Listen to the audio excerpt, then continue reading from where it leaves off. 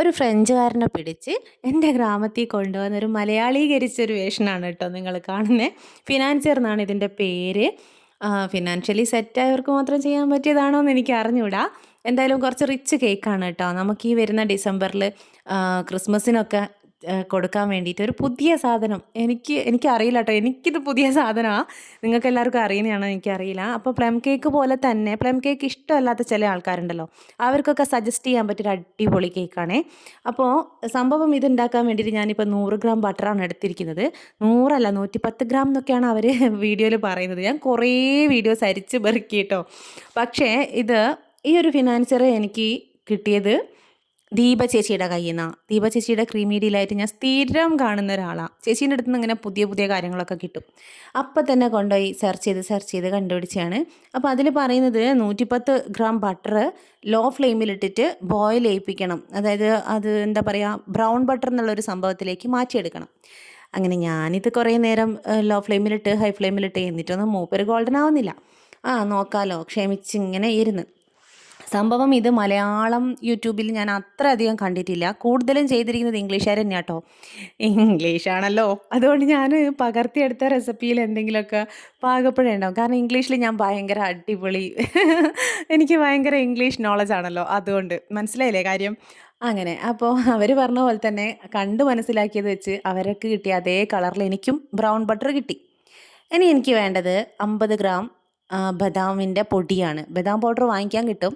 ഞാൻ തൽക്കാലം എൻ്റെ അച്ഛൻ കൊണ്ടുവന്ന കുറച്ച് ബദാം എടുത്തിട്ട് അടിച്ചു മാറ്റി 50 ഗ്രാം അളന്ന് എടുത്തിട്ട് പൊടിക്കാമെന്ന് വിചാരിച്ചു.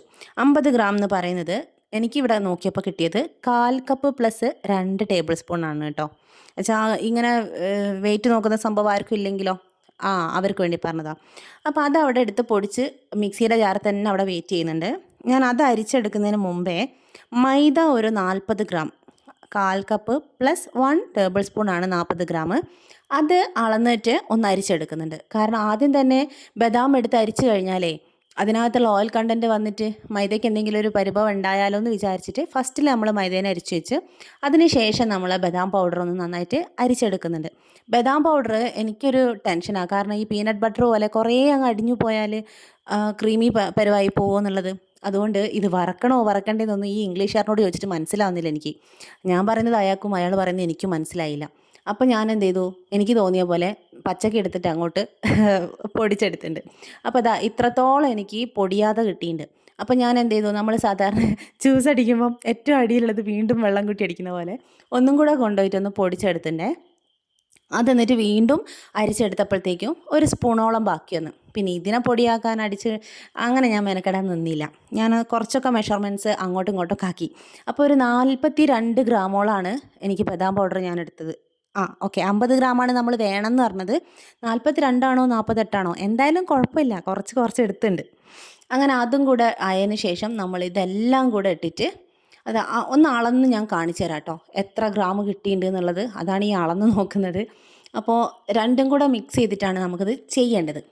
ഇതിനിടയ്ക്ക് ഈ ഫിനാൻഷ്യർ ഞാൻ പല വീഡിയോസ് കാണുന്ന സമയത്ത് പല തരത്തിലാണ് പല ആൾക്കാരും ചെയ്യുന്നത്. കാണിച്ചിരിക്കുന്ന അത്രയും ഞാൻ മാറ്റി വെച്ചാണ് കേട്ടോ. ഇനി നമ്മളിത് രണ്ടും കൂടെ മിക്സ് ചെയ്തെടുക്കുന്നുണ്ട്. മിക്സ് ചെയ്ത് അതങ്ങോട്ട് മാറ്റി വെക്കാം. ഇതാണ് നമ്മളെ ഡ്രൈ ഇൻഗ്രീഡിയൻസ്. ചില ആൾക്കാർ ബേക്കിംഗ് പൗഡർ ചേർത്തിട്ടൊക്കെ ഞാൻ കണ്ടിട്ടുണ്ട്. പക്ഷെ നമ്മൾ ചേർത്തില്ല കേട്ടോ, നമ്മളത് ചേർക്കുന്നില്ല, അല്ലാതെ ചെയ്യാണ്. ഇനി നമുക്ക് വേണ്ടത് മുട്ട. 3 മുട്ടയിൽ അതിൻ്റെ വെള്ള മാത്രം മതി, മഞ്ഞ വേണ്ട. അപ്പോൾ മുട്ടയുടെ മഞ്ഞയും വെള്ളയും കൂടെ സെപ്പറേറ്റ് ചെയ്തെടുക്കുന്നുണ്ട്. ഈ മുട്ടയിലെ ഇതിലുള്ള ഉണ്ണികളൊക്കെ ഭയങ്കര കുഞ്ഞു ഉണ്ണികളായിരുന്നു കേട്ടോ. അതുകൊണ്ട് എനിക്ക് എടുക്കാൻ വേഗം സാധിച്ചിട്ടുണ്ട്. എനിക്കൊരു ഭയങ്കര ക്യൂട്ട്നെസ് തോന്നി. ഇതിലുള്ള ഉണ്ണികൾ ഒറ്റയും പൊട്ടുകയും ചെയ്തില്ല. അങ്ങനെ അപ്പോൾ 3 മുട്ടയുടെ വെള്ള നമ്മൾ മാറ്റിയെടുത്തിട്ടുണ്ട്. വിസ്ക് വെച്ചിട്ടും ബീറ്റർ വെച്ചിട്ടും ഇത് ചെയ്യാം. പക്ഷേ ബീറ്ററിൻ്റെ ആവശ്യമില്ല എന്നാണ് ഞാൻ കണ്ടെടുത്തോളം മനസ്സിലാക്കിയത്. എന്നിട്ട് നമ്മൾ ആ മുട്ടയുടെ വെള്ളേനെ ജസ്റ്റ് ഒന്ന് ഉടച്ചു കൊടുക്കണം. അത് കഴിഞ്ഞിട്ട് പിന്നെ നമ്മൾ അതിനകത്തോട്ട് 1/4 ടീസ്പൂൺ വാനില എസൻസ് ഒഴിച്ചു കൊടുത്തിട്ടുണ്ട്. 1 ടേബിൾ സ്പൂൺ തേൻ ഒഴിച്ചു കൊടുത്തിട്ടുണ്ട്. തേന് നമുക്ക് ശരിക്കും പറഞ്ഞാൽ 18 ഗ്രാം അല്ലെങ്കിൽ 10 ഗ്രാമാണ് വേണ്ടതേ. അപ്പോൾ അതെല്ലാം ഒഴിച്ചു കൊടുത്തിട്ട് മിക്സ് ചെയ്തിട്ട് പിന്നെ നമ്മൾ പൊടിച്ച് വെച്ച പഞ്ചസാര ഉണ്ടായിരുന്നല്ലോ, ഒരു പഞ്ചസാര പൊടിച്ച കാര്യം ഞാൻ നിങ്ങളോട് പറഞ്ഞില്ല അല്ലേ. ഒരു 1/2 കപ്പ് പഞ്ചസാരയാണ് കേട്ടോ പൊടിച്ചത്. 1/2 കപ്പിലും കുറച്ച് കുറഞ്ഞാലൊന്നും പ്രശ്നമില്ല, തേനൊക്കെ ഉണ്ടല്ലോ.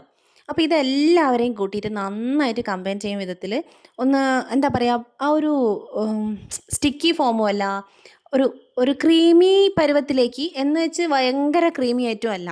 കുറച്ചൊരു എന്താ പറയുക, ഇതിൽ കാണുന്നില്ലേ നിങ്ങൾ?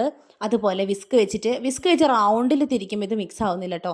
ഇതുപോലെ ഇങ്ങനെ എന്താ പറയുക, അങ്ങോട്ടും ഇങ്ങോട്ടും ഇങ്ങനെ അടിക്കുന്ന സമയത്താണ് മിക്സ് ആവുന്നതും പതയുന്നതും. അത്യാവശ്യം ഒന്ന് പതപ്പിച്ചെടുത്തിട്ടുണ്ട്, കൂടുതലൊന്നും വേണ്ട.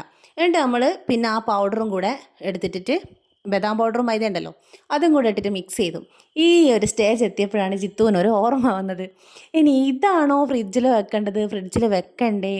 അങ്ങനെ ഞാൻ കുറേ വീഡിയോസ് കണ്ടു. അപ്പോൾ ഞാൻ വിചാരിച്ചു ഇയാൾ സംസാരിക്കുന്നതിനിടയ്ക്ക് ചിലപ്പോൾ പറഞ്ഞിട്ടുണ്ടാവുമോ ഇനി ഫ്രിഡ്ജിൽ വെക്കണം എന്നുള്ളത്, ഞാൻ അറിയുന്നില്ലല്ലോ. അപ്പോൾ തന്നെ ദീപ ചേച്ചീനെ വിളിച്ചിട്ടോ, പാവം അത്രയും തിരക്കായിട്ട് എൻ്റെ ഫോൺ എടുത്തിട്ട് എനിക്ക് മറുപടി തന്ന് എന്നോട് പറഞ്ഞ്, ഈ ബാറ്റർ ആവണമെന്നുണ്ടെങ്കിൽ ബട്ടർ ചേർക്കണമല്ലോ, എന്നിട്ട് ഫ്രിഡ്ജിൽ വെക്കണം ചേച്ചി പറഞ്ഞത്. അപ്പോൾ ഞാൻ അതുപോലെ ആ കാര്യം അത് മാത്രമേ ഞാൻ ചേച്ചീൻ്റെ അടുത്ത് ചോദിച്ചുള്ളൂ കേട്ടോ. ആ ചേച്ചി ഭംഗിയായിട്ട് പറഞ്ഞു തന്നിട്ടുണ്ട്.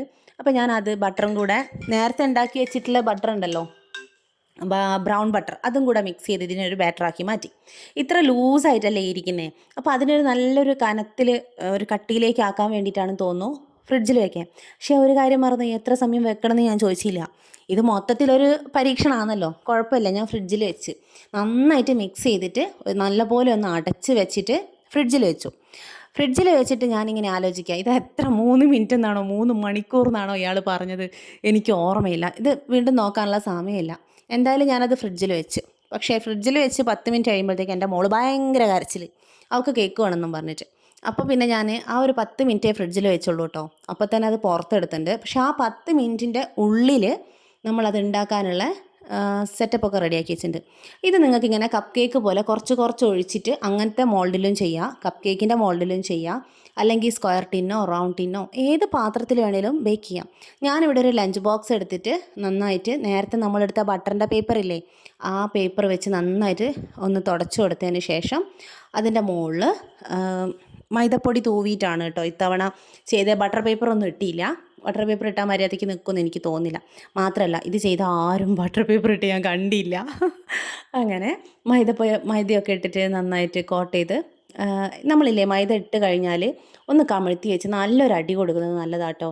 അല്ലെങ്കിൽ അവിടെ ഇവിടെ ആയിട്ടൊക്കെ കൂടുതൽ നിൽക്കുന്നത് കേക്കിന് ചിലപ്പം ആ ഒരു സുഖം ഉണ്ടാവില്ല കാണാൻ. ഓക്കെ, ഇനി ഈ ബിസ്ക്കറ്റ് നിങ്ങൾക്ക് തിന്നാൻ വേണ്ടി തന്നതല്ല കേട്ടോ. നിങ്ങൾ ഈ ബിസ്ക്കറ്റ് മൈൻഡാക്കണ്ട. ഞാൻ ആ ബാറ്ററില്ലേ അത് പൈപ്പിംഗ് ബാഗിലേക്ക് ഒഴിക്കാനുള്ള എളുപ്പത്തിന് വേണ്ടിയിട്ടാണ് ഇങ്ങനെ ചെയ്തേക്കുന്നത്. നിങ്ങൾ പൈപ്പിംഗ് ബാഗിൽ ഒഴിക്കണമെന്നില്ല, ഡയറക്റ്റ് ആ കേക്ക് ടിന്നിലേക്ക് ഒഴിച്ചിട്ട് നിങ്ങൾക്ക് ബേക്ക് ചെയ്യാം. പക്ഷേ ഞാനിവിടെ എന്ത് ചെയ്തു എന്ന് വെച്ചാൽ, എനിക്ക് കുറച്ച് സാധാരണ ഫിനാൻസിയറിന് ടോപ്പിങ്സ് ആണ് കൊടുക്കുക. അപ്പോൾ ഞാൻ ചേച്ചി ചെയ്ത ഞാൻ കണ്ടിട്ടുണ്ട് താഴെയൊക്കെ ബദാം ഇട്ടിട്ട്. പക്ഷേ അങ്ങനത്തെ ടൈപ്പ് ബദാമൊന്നും എനിക്ക് കിട്ടിയില്ല. ഇവിടെ സംഭവം കിട്ടാൻ ഭയങ്കര ബുദ്ധിമുട്ടാട്ടോ ഇങ്ങനത്തെ. അപ്പോൾ സംഭവം ഞാൻ ഒപ്പിച്ചിട്ടുണ്ട്, പക്ഷെ അത്രയ്ക്ക് വൃത്തിയില്ല, ചെത്തിത്തൂളി പോലുള്ളൊരു സംഭവമാണ് കിട്ടിയത്. അപ്പോൾ ആ ബദാം ഇട്ടിട്ട് അതിൻ്റെ മേലെ ഞാൻ ഇത് കൊണ്ടുപോയി ഡയറക്റ്റ് ഒഴിക്കുമ്പോൾ ബദാം അങ്ങോട്ടും ഇങ്ങോട്ടും നീങ്ങുമല്ലോ. അതുകൊണ്ട് ഞാൻ പൈപ്പിംഗ് ബാഗിലാക്കിയിട്ടാണ് ചെയ്യുന്നത്. അപ്പോൾ ബദാമിനെ നമ്മൾ ഏറ്റവും അടിയിലൊന്ന് തൂവി കൊടുത്തിട്ട് അതിന് ശേഷം മറ്റേ ബാറ്റർ ഒഴിച്ചു കൊടുക്കുക ചെയ്യുന്നത്. ഇതിനിടയ്ക്ക് എനിക്ക് പറ്റിയൊരു അബദ്ധം എന്താണെന്ന് വെച്ചാൽ, ഇപ്പുറത്ത് നിങ്ങൾ കണ്ട എൻ്റെ പഴയ ഫോണിൽ ഞാൻ ഷോർട്ട് വീഡിയോ റെക്കോർഡ് ചെയ്യുന്നുണ്ട്. അത് ഈ വീഡിയോ ഉണ്ട്, ലോങ് വീഡിയോ എൻ്റെ ഫ്രണ്ട് കയറി നിന്ന വിവരം ഞാൻ അപ്പോൾ ശ്രദ്ധിച്ചില്ല, ഇപ്പോഴാണ് ശ്രദ്ധിക്കുന്നത്. അപ്പോൾ അതാ മറ്റേ ബാറ്റർ കുറച്ചും കൂടെ ഒന്ന് തിക്കായിട്ടുണ്ട് കേട്ടോ ഫ്രിഡ്ജിൽ വെച്ചപ്പം. അന്നേരം നമ്മളിതിങ്ങനെ വിചാരിച്ച പോലെ തന്നെ എനിക്ക് ഒഴിച്ചു കൊടുക്കാൻ പറ്റി. അപ്പോൾ ഒരു ലെയർ പോലെ ഞാൻ ഒഴിച്ചു കൊടുത്തു. അതിന് ശേഷം വീണ്ടും ഞാൻ അതിലേക്ക് നമ്മളെ ബദാം, നിങ്ങൾക്ക് ഇങ്ങനത്തെ ബദാം കിട്ടിയില്ലേ കുഴപ്പമൊന്നുമില്ല കേട്ടോ, കത്തി വെച്ച് നല്ലോണം കട്ട് ചെയ്തിട്ട് ഇട്ട് കൊടുത്താൽ മതി, ടേസ്റ്റൊക്കെ ഉണ്ടാവും, അതൊന്നും പ്രശ്നമില്ല. ഞാൻ പിന്നെ എനിക്ക് കാണാനൊരു ഇഷ്ടത്തിന് വേണ്ടിയിട്ട് ചെയ്തതാണ്. അപ്പോൾ പിന്നെ ഞാൻ എല്ലാ ബാറ്ററും മൊത്തത്തിൽ അങ്ങോട്ട് ഒഴിച്ചു കൊടുത്തിട്ടുണ്ട്. അപ്പോൾ ഇത് പൊങ്ങൂലേന്ന് എനിക്ക് അറിയില്ല. പക്ഷെ ഞാൻ വിചാരിച്ചു അത്രത്തോളം ഒന്നും പൊങ്ങണ്ടാവില്ല, കുറച്ചൊന്ന് മുട്ടയൊക്കെ ആംലേറ്റ് ഇടുന്ന സമയത്ത് പൊന്തുമല്ലോ, അതുപോലെ പൊന്തുള്ളൂ എന്ന് ഞാൻ വിചാരിച്ചിട്ടോ. പക്ഷേ തെറ്റിപ്പോയി.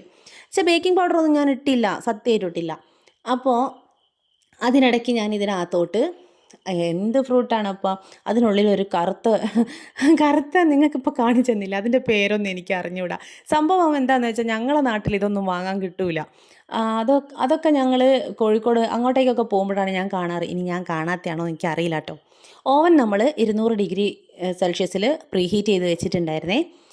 അതിനകത്തോട്ട് വെച്ചതിന് ശേഷം അയാൾ ഇംഗ്ലീഷുകാരൻ പറഞ്ഞത് എൻ്റെ അടുത്ത് 180 ഡിഗ്രിയിൽ, എൻ്റെ അടുത്തല്ല കേട്ടോ നമ്മളോട് 180 ഡിഗ്രിയിൽ ബേക്ക് ചെയ്യാനാണ്. ഞാൻ പക്ഷേ എൻ്റെ ഓവനെ പറ്റി അറിയുന്നതുകൊണ്ട് കുറച്ച് തീ കുറച്ച് വെച്ചിട്ടുണ്ട്. ഒരു 170 165 വെച്ച് ബേക്ക് ചെയ്തത്. പക്ഷേ അവർ പറഞ്ഞ പോലെ അത് 15 മിനിറ്റിൽ ബേക്കായില്ല. സംഭവം അയാൾ കുക്കീസ് പോലെ കുറച്ചായിട്ടാണ് ഇത് ഉണ്ടാക്കിയത്. ഞാനിത് ഒന്നിച്ചൊരു ടിന്നിൽ ഒഴിച്ചതുകൊണ്ട് എനിക്ക് ശരിക്കും പറഞ്ഞാൽ 30 മിനിറ്റിലും കൂടുതലെടുത്തു. 35-40 മിനിറ്റിൻ്റെ അടുത്തായിട്ടുണ്ട് കേട്ടോ. അപ്പോൾ എടുത്തിട്ട് എനിക്ക് ചൂടാറാനുള്ള ക്ഷമയൊന്നും ഉണ്ടായില്ല. എൻ്റെ മോൾക്ക് തീരെ ക്ഷമ ഉണ്ടായില്ല. അപ്പോൾ ഞങ്ങൾ ആ ചൂടോട് കൂടി തന്നെ ഇതിനെ ഡിമോൾഡ് ചെയ്തെടുക്കുന്നുണ്ട്. എടുത്തു കഴിഞ്ഞപ്പോൾ ശരിക്കില്ലേ ഇതില്ലേ അവസാനമായപ്പോഴത്തേക്കും ഭയങ്കര സ്മെല്ല്. നമ്മൾ ഗീ കേക്ക് ഉണ്ടാക്കിയ ദിവസം പറഞ്ഞ ആ സ്മെല്ലുണ്ടല്ലോ, അതുപോലെ ഈ ഒരു ബട്ടറിൻ്റെയും ഈ നട്ട്സിൻ്റെയും സ്മെല്ലുണ്ടല്ലോ, അടിപൊളി കൊതിപ്പിക്കുന്ന സ്മെല്ലാണ്. സംഭവം എനിക്ക് നന്നായിട്ട് ഇഷ്ടപ്പെട്ടിട്ടുണ്ട്. ഈ ഒരു ക്രിസ്മസിന് ഞാൻ ഇതൊരു വെറൈറ്റി ആയിട്ട് ഇറക്കണം എന്ന് ഞാൻ വിചാരിക്കുന്നുണ്ട്. അപ്പോൾ നിങ്ങളിത് ആദ്യമായിട്ട് കാണുകയാണോ അല്ലയോ എന്നുള്ളത് എനിക്ക് അറിഞ്ഞൂടാ. അത് നിങ്ങൾ പറയൂട്ടോ. എന്നിട്ട് നിങ്ങൾ ചെയ്ത് നോക്ക്. കാരണം ഇതിനെപ്പറ്റി ഒരു ഐഡിയ ഇല്ലാണ്ട് ബേക്ക് ചെയ്യാൻ വെച്ചെടുത്തെന്നാണ് ഞാൻ വീണ്ടും ഒരു വീഡിയോ കണ്ടപ്പോൾ ഡീറ്റെയിൽഡ് ആയിട്ടുള്ളൊരു വീഡിയോ കണ്ടു. അപ്പോൾ എനിക്ക് കുറച്ചും കൂടെ ഐഡിയ വന്നടാ. അതുകൊണ്ട് ഞാനിനി ഇതെനിക്കൊരു ഓർഡർ ഉണ്ട്. ഭാഗ്യത്തിന് അത് ഓർഡർ കിട്ടിയിട്ടോ.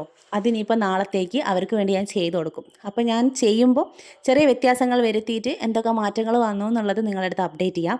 അതിനിടയ്ക്ക് നിങ്ങളും നിങ്ങളേതായ രീതിയിലൊന്ന് പരീക്ഷിച്ചിട്ട് നമ്മളെ ഫിനാൻസിയറിനെ നമ്മൾ എങ്ങനെ ഉണ്ടാക്കി എന്നുള്ളത് എൻ്റെ അടുത്ത് ഷെയർ ചെയ്യണേ. ഞാൻ കാത്തിരിക്കും കേട്ടോ. അപ്പോൾ ദീപ ചേച്ചിക്ക് ഞാൻ വലിയൊരു താങ്ക്സ് പറയാണ്, ഇയാളെ എനിക്ക് പരിചയപ്പെടുത്തി തന്നതിന്.